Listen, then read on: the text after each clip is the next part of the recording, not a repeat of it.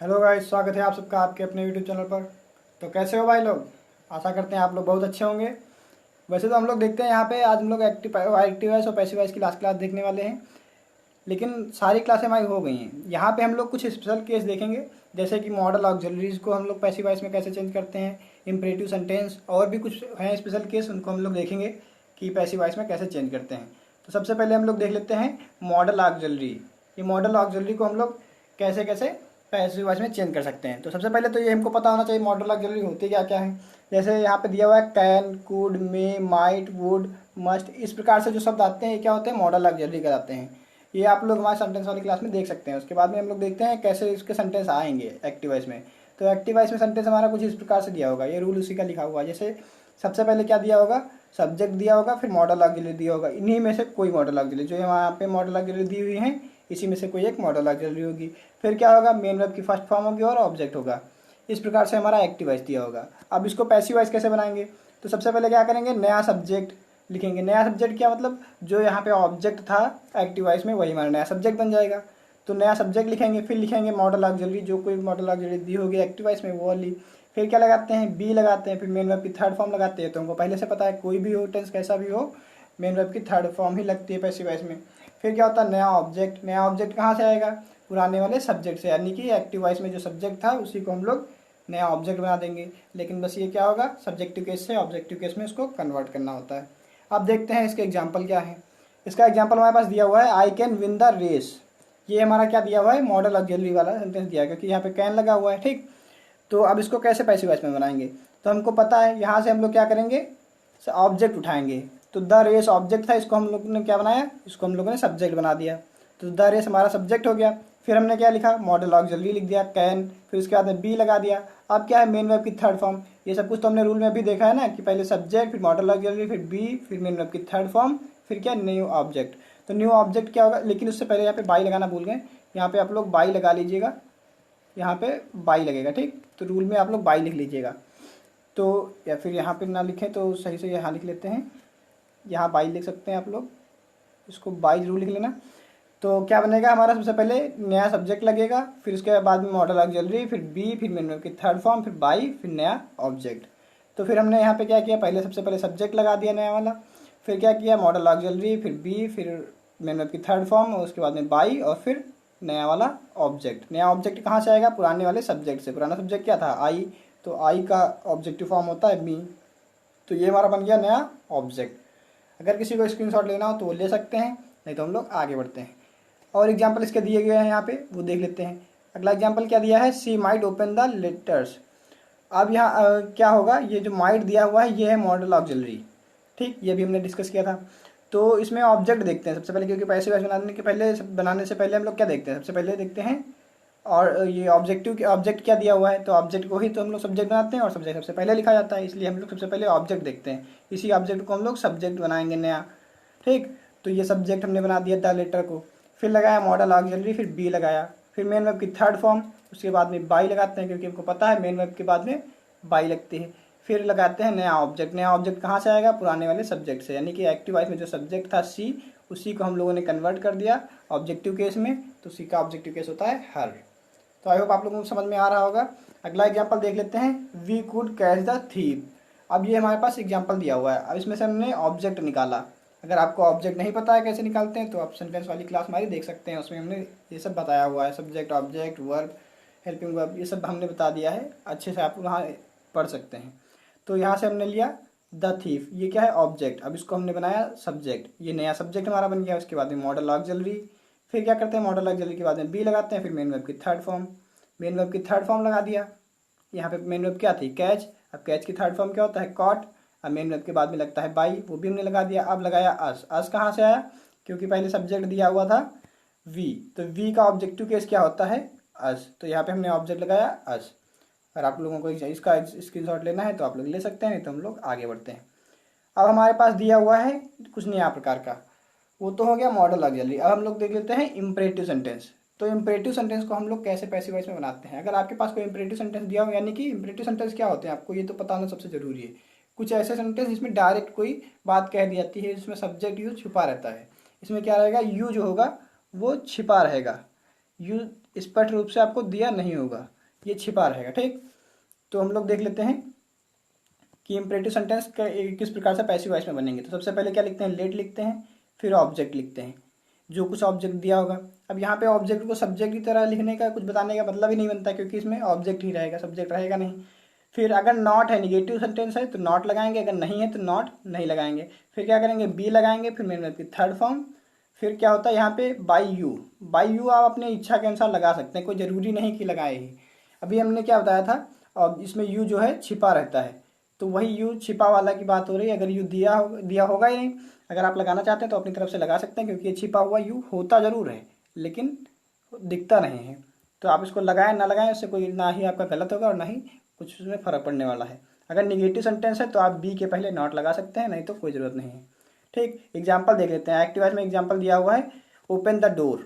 अब यहाँ पे क्या, यू जो है वो छिपा हुआ है, आपसे कहा गया है please you open the door, तो यहाँ पे सब्जेक्ट यू छिपा हुआ है। अब इसको आप लोग पैसिव वॉइस में बनाएंगे तो क्या होगा, सबसे पहले हम लोग रूल के हिसाब से देखेंगे तो क्या दिया हुआ रूल में, सबसे पहले लेट लगाते हैं, फिर ऑब्जेक्ट। ऑब्जेक्ट क्या था, द डोर, तो वही हमने ऑब्जेक्ट लगा दिया। फिर उसके बाद में बी लगाते हैं, अगर निगेटिव होता तो बी के पहले नॉट लग जाता। अगर यहाँ पे दिया होता do not open the door, तो क्या बनाते हैं, let the door not be opened. फिर क्या करते हैं, मेन वर्ब की थर्ड फॉर्म। अब यहाँ पे अगर आप बाई लगाना चाहते हैं, बाई यू, तो लगा सकते हैं, ये ऑप्शनल है, कोई ज़रूरी नहीं है कि आप लगाएं ही, लेकिन ये अगर लगाना चाहें तो आप लगा सकते हैं, नहीं तो कोई ज़रूरी नहीं। अगला एग्जाम्पल देख लेते हैं, क्या है, कॉल द डॉक्टर। अब यहाँ से क्या करेंगे, सबसे पहले लेट लिखेंगे, फिर यहाँ से ऑब्जेक्ट उठाएंगे और इसको रख देंगे, तो क्या हो जाएगा, लेट द डॉक्टर। अब उसके बाद में क्या होता है, ऑब्जेक्ट के बाद में बी लगता है, बी लगा दिया। फिर क्या होता है, मेन वर्ब की थर्ड फॉर्म। तो यहाँ पे मेन वर्ब दी थी कॉल, कॉल की थर्ड फॉर्म होती है कॉल्ड। अब इसके बाद में अगर आप बाई यू लगाना चाहते हैं तो लगा सकते हैं, नहीं तो कोई ज़रूरत नहीं इसकी। ठीक, तो चलिए अगला देखते हैं हम लोग क्या है। अब यहाँ पे इम्परेटिव सेंटेंस का एक और टाइप दिया हुआ है, वो कैसे होता है, शुड के साथ अगर मेन वर्ब की थर्ड फॉर्म लगाकर भी चेंज कर सकते हैं। क्या है, शुड के साथ भी आप मेन वर्ब की थर्ड फॉर्म लगाकर चेंज कर सकते हैं। कैसे, एक्टिव वॉइस में एक सेंटेंस दिया हुआ है, कॉल द पुलिस। ठीक, अब इसको शुड के हिसाब से कैसे चेंज कर सकते हैं, अभी हमने पीछे एक टाइप देखा जिससे हम लोग बनाते थे, लेकिन ये एक नया टाइप है, तो ऐसे भी बना सकते हैं। कैसे, जैसे दिया हुआ है कॉल द पुलिस, अब इसको कैसे बनाएंगे, the police should be called. क्या किया, यहाँ से ऑब्जेक्ट उठाया, इसको सब्जेक्ट बनाया, द पुलिस हो गया। फिर क्या हुआ, शुड लगा दिया, क्योंकि हमने अभी बताया ना कि शुड के साथ मेन वर्ब की थर्ड फॉर्म लगाते हैं, तो शुड लगाया, फिर उसके बाद में बी लगा दिया, बी तो पहले वाले में भी लग रहा था, फिर मेन वर्ब की थर्ड फॉर्म। तो इस प्रकार से ये भी सेंटेंस बन सकता है, ये भी आपका इम्परेटिव ही है। दूसरा इम्परेटिव सेंटेंस देख लेते हैं, क्या है, राइट एन एप्लीकेशन। यहाँ से एन एप्लीकेशन हमने उठाया ऑब्जेक्ट और इसको सब्जेक्ट बना दिया, फिर उसके बाद में शुड लगा दिया, सब्जेक्ट के तुरंत बाद में शुड लगेगा, फिर शुड के बाद में बी लगेगा, जो कि पहले वाले टाइप में भी लग रहा था, फिर मेन वर्ब की थर्ड फॉर्म, बस हो गया। यहाँ पे भी आप यू लगाना चाहें तो लगा सकते हैं, नहीं तो कोई ज़रूरत नहीं है लगाने की। एक टाइप इसका और है, ये भी देख लेते हैं। इसमें क्या कहा गया है, इसमें आप यू आर रिक्वेस्टेड या यू आर ऑर्डर्ड या यू आर कमांडेड या यू आर एडवाइज्ड, ये लगाने के बाद में आप टू लगाकर भी सेंटेंस को बना सकते हैं। ये भी हम लोग डिस्कस कर लेते हैं, देखते हैं। जैसे कि दिया हुआ है हमारा get out of the class, ये हमारा दिया है इम्परेटिव सेंटेंस। अब इसको हम लोग पैसिव वॉइस में कैसे बनाएंगे, तो इसके लिए क्या करते हैं, सबसे पहले क्या लिखते हैं, सब्जेक्ट यू आर ऑर्डर्ड। यहाँ पे किसी ने क्लास से बाहर जाने के लिए ऑर्डर किया है, रिक्वेस्ट तो किया नहीं। आप किसी से रिक्वेस्ट नहीं कर सकते कि आप बाहर जाइए क्लास के, गेट आउट नहीं कर सकते। अगर रिक्वेस्ट करेंगे तो आप गेट आउट नहीं कर सकते किसी को। गेट आउट कहा गया मतलब किसी को ऑर्डर दिया गया है। ठीक, तो ये ऑर्डर है, तो यहाँ पे हमने क्या लगाया, यू आर ऑर्डर्ड। अगर यहाँ पे कोई रिक्वेस्ट कर रहा होता तो हम लगाते यू आर रिक्वेस्टेड। ठीक, या अगर कोई कमांड दे रहा होता तो क्या करते, यू आर कमांडेड। अगर यहाँ पे कोई सेना का सेनापति होता तो यहाँ पे हम लोग ऑर्डर न लगा के कमांड लगाते, क्योंकि उसके लिए कमांड हम लोग यूज़ करते हैं। अगर एडवाइस की बात होती, कहीं पे कोई सलाह दिए जा रहे थे, तो हम लोग क्या लगाते हैं, यहाँ पे यू आर एडवाइज्ड। अब उसके बाद में क्या होता है, टू लगाते हैं। हमने अभी बात की थी ना कि यहाँ पे यू आर रिक्वेस्टेड के साथ टू लगा करके बाकी का सेंटेंस पूरा वैसे का वैसा लिख देंगे। देखिए यहाँ पे सेंटेंस क्या था, get out of the class था सेंटेंस, बाकी का सेंटेंस हमने पूरा वैसे का वैसे ही लिख दिया, get out of the class. तो सेंटेंस पूरा हमारा वैसे का वैसे बन गया। फिर से एक बार डिस्कस कर लेते हैं, इसमें आपको सारा क्लियर हो जाए। क्या सेंटेंस दिया था, get out of the class, इसलिए हम लोग क्या, इसमें क्या है, यहाँ पे ऑर्डर दिया गया है, इसलिए हम लोगों ने लिखा यू आर ऑर्डर्ड, और फिर उसके बाद में लगाएंगे टू। फिर उसके बाद में पूरा का पूरा सेंटेंस वैसे का वैसा ही हम लोगों ने लिख दिया। तो ऐसे हमारा ये भी बन सकता है। दूसरा देख लेते हैं, please do not beat him. अब इसको कैसे पैसिव वॉइस में बनाएंगे, तो यहाँ पे प्लीज़ शब्द लगा है। प्लीज़ शब्द किसको दिखाता है? ये रिक्वेस्ट को दिखाता है। अगर आप किसी से रिक्वेस्ट करेंगे तो प्लीज़ ये शब्द यूज़ करेंगे, ठीक, नहीं भी कर सकते, लेकिन प्लीज़ अगर यूज हुआ है तो वो सदैव रिक्वेस्ट की ही बात करेगा। क्या करेगा? रिक्वेस्ट ही की गई होगी, ठीक। तो यहाँ पे रिक्वेस्ट की गई है, तो आप यहाँ पे क्या सेंटेंस स्टार्ट करेंगे कि यू आर रिक्वेस्टेड। फिर यहाँ पे निगेटिव है तो फिर क्या करेंगे? Not to. फिर होगा बीट, मतलब की फर्स्ट फॉर्म। फिर हिम कहाँ से आया? ये पहले से ही दिया हुआ था यहाँ पे, तो उसका मतलब पूरा का पूरा सेंटेंस वैसा ही लिख दिया है। डू नॉट को केवल नॉट टू बीट हिम में लिख दिया, बस बाकी का सेंटेंस पूरा वैसे का वैसा ही लिख दिया, ठीक। अब हम लोग देख लेते हैं, कभी कभी हम लोगों ने ऐसा देखा है कि दो ऑब्जेक्ट होते हैं, एक ही सेंटेंस में दो ऑब्जेक्ट होते हैं, तब उस टाइप के सेंटेंस को हम लोग पैसिव वॉइस में कैसे कन्वर्ट करेंगे। अभी हमने जब वो पढ़ा था सब्जेक्ट ऑब्जेक्ट वाली जब क्लास देखी थी हम लोगों ने सेंटेंस में, तो उसमें हमने देखा था कि डायरेक्ट और इनडायरेक्ट दो प्रकार के ऑब्जेक्ट आ रहे थे, ठीक। तो हम लोग देख लेते हैं, अगर डायरेक्ट और इनडायरेक्ट दोनों ही प्रकार के ऑब्जेक्ट एक साथ आ जाते हैं तब इसको पैसिव वॉइस में कैसे कन्वर्ट करेंगे। जैसे सेंटेंस हमारे पास एक्टिव में दिया हुआ है कि आई टीच यू इंग्लिश, यहाँ पे यू भी ऑब्जेक्ट है और इंग्लिश भी ऑब्जेक्ट है, ठीक। तो अब इसको कैसे पैसिव वॉइस में कन्वर्ट करेंगे? तो इसके लिए हमारे पास दो टाइप हैं, दो तरीके से हम इसको कन्वर्ट कर सकते हैं। सबसे पहले क्या करेंगे, यहाँ से यू उठाएंगे, यू को क्या बनाएंगे? ये ऑब्जेक्ट था, इसको हम लोगों ने सब्जेक्ट बना लिया। अब यू का ऑब्जेक्टिव और सब्जेक्टिव केस दोनों यू ही रहता है। फिर लगाया आर। फिर मेन वर्ब की थर्ड फॉर्म, तो मेन वर्ब की थर्ड फॉर्म क्या हो गई? टीच की टॉट हो गई। यू के साथ तो आर ही लगेगा, इज तो लगेगा नहीं क्योंकि यू के साथ आर यूज होता है। फिर मेन वर्ब की थर्ड फॉर्म, फिर हुआ हमारा दूसरा वाला ऑब्जेक्ट, फिर उसके बाद में बाई, फिर ये जो ऑब्जेक्ट नया वाला बनेगा जिसको हम लोगों ने सब्जेक्ट को ऑब्जेक्ट में कन्वर्ट किया है। तो सब्जेक्ट क्या था? आई का ऑब्जेक्टिव केस होता है मी। इसको दूसरे तरीके से भी बना सकते हैं, जैसे यहाँ पे क्या था? यू को हमने लिखा था, अब यहाँ पे हम लोग क्या बनाएंगे? इंग्लिश से स्टार्ट करेंगे, मतलब ये जो दूसरा वाला ऑब्जेक्ट था इससे स्टार्ट करेंगे। तो इंग्लिश इज टॉट, यहाँ पे इंग्लिश क्या है? सिंगुलर, तो इसलिए इज लगाया हमने। तो English is taught to you, यहाँ पे दूसरा वाला सब्जेक्ट जो ऑब्जेक्ट था इसको हमने टू के बाद में लगा दिया। फिर क्या है? बाई मी। तो सेंटेंस बिल्कुल वैसा ही है, बस ये केवल इतना अंतर आया है। पहले वाले में क्या था? यहाँ पे यू पहले लिख लिया गया था और सब्जेक्ट की जगह पे बाद में इंग्लिश का यूज़ किया गया था। यहाँ पे इंग्लिश पहले यूज़ कर लिया गया और यू बाद में यूज़ किया गया। इसलिए इसमें क्या करते हैं, इसके पहले टू लगा देते हैं, बस इतना सा अंतर है। बाकी मी कैसे आया तो आपको पता ही है कि मी कहाँ से आया है, तो वैसे का वैसा ही लिखा हुआ है। चलिए और देख लेते हैं, इन्फिनिटिव वाले जो सेंटेंस होते हैं यानी कि जिसमें टू लगा हुआ होता है, तो वो वाले सेंटेंस कैसे बनते हैं? उसके लिए हमारे पास पैसिव वॉइस बनाने के लिए रूल है। सबसे पहले नया सब्जेक्ट लिखेंगे, यानी कि ऑब्जेक्ट को कन्वर्ट करके सब्जेक्ट बनाएंगे। फिर हेल्पिंग वर्ब लिखेंगे, फिर टू लगाएंगे, फिर बी लगाएंगे, मेन वर्ब की थर्ड फॉर्म, उसके बाद बाई, फिर नया ऑब्जेक्ट। नया ऑब्जेक्ट कैसे बनेगा? पुराने वाले सब्जेक्ट को कन्वर्ट करके नया ऑब्जेक्ट बन जाएगा।